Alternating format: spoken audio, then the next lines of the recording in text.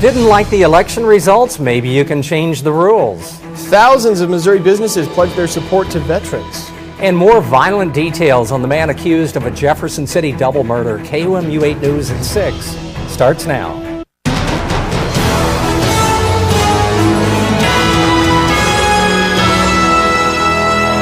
Tonight, new information on the man accused of killing 2 people in Jefferson City. Good evening, I'm James Packard. And I'm Jim Rick. Thanks for joining us. Yesterday, prosecutors filed murder charges.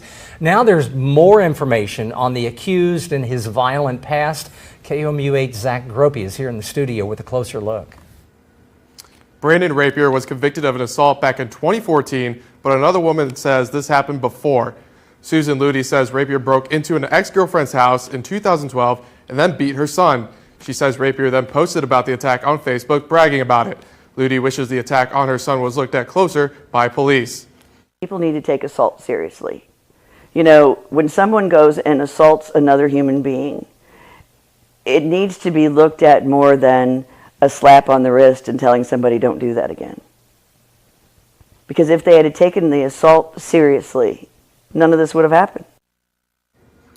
I also reached out to Jefferson City Police Department and the Cole County Prosecutor's Office about the accusation, but neither were available for comment. From the studio, Zach Gropey, KOMU 8 News. The Boone County Sheriff's Department is investigating a drug distribution ring not far from a Columbia school. This morning, deputies searched a home belonging to James Amon on West Worley Street, about 300 feet from West Middle School. They found evidence of drug distribution, about 6 grams of meth and stolen power tools.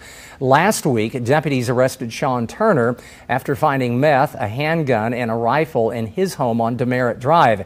He was also arrested for failing to register as a sex offender. Donald Trump won the presidency but did not win the popular vote. That raised a red flag for some. One petition sent to Secretary of State Jason Kander's office could address some voting issues in our state, but not without controversy. KOMU 8's Max Dieknight tells us why a new initiative could make it more difficult for you to vote for your party's candidate.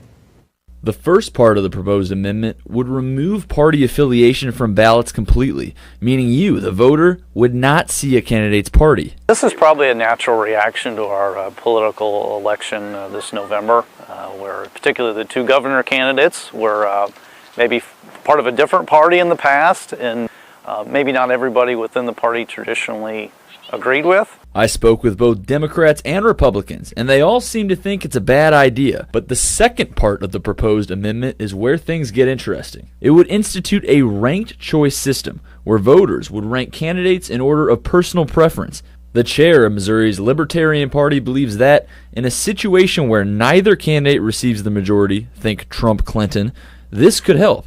He told me, quote, "We're electing candidates without a majority of the vote, which is just pivotal for democracy." Spellman thinks it could also prevent 2 candidates from splitting the vote, which he says happens a lot in Columbia. And so if it's a 3- or 4-way race or more, like we see sometimes, voters become disenfranchised and disenchanted because, hey, I wish I had a chance to rank my votes. For another 30 days, you can go on the Secretary of State's website and let him know what you think about the petition. Max Dieknight, KOMU 8 News, Columbia. The chair of the Boone County Democratic Party says removing party affiliations would cause confusion, as many times there are dozens of candidates on a single ballot. Here's what's happening right now. Crews are starting to open all lanes of Highway 5463 on the Missouri River Bridge.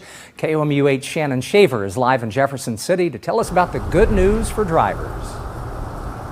Right now, crews are up on the bridge working to open 1 lane on either side of the Missouri River Bridge.